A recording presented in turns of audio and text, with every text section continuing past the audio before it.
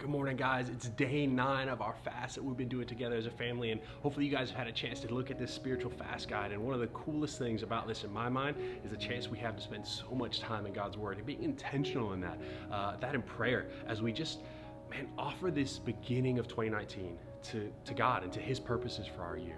And man, today we're looking at Acts chapter 9, verses 20 and kind of following. And this is the verse that really stuck out to me, right? We see Paul's on the road to Damascus, right? He's had this encounter with Jesus on the road, and he goes and Ananias prays over him, and he's got these scales that fall off, and we have just this immediate conversion in Paul's heart where he is on fire for Jesus. A man who used to be killing those and murdering those who follow Jesus is now on fire for him and seeking God in all he does. And this is what it says in verse 26, and I love this. It says, and when he had come to Jerusalem, this is Paul, when Paul shows up in Jerusalem, he attempted to join the disciples.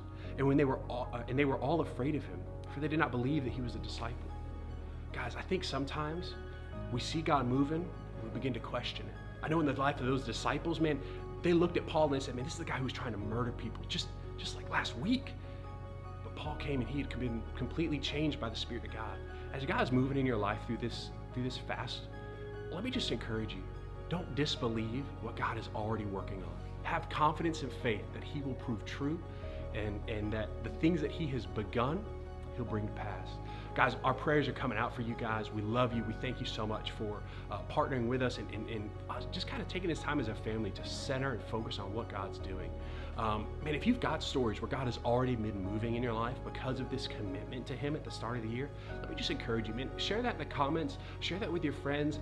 Just be a mouthpiece, right? As soon as Paul had those scales fall, man, he went and he shared the good news of what Jesus was doing. Let's share the good news of what Jesus is doing in our life as we go through this time.